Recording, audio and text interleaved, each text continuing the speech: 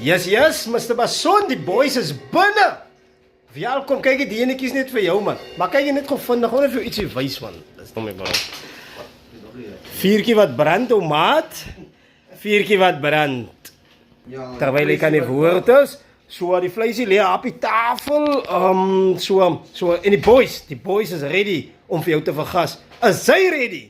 Are you ready? Hier gaat.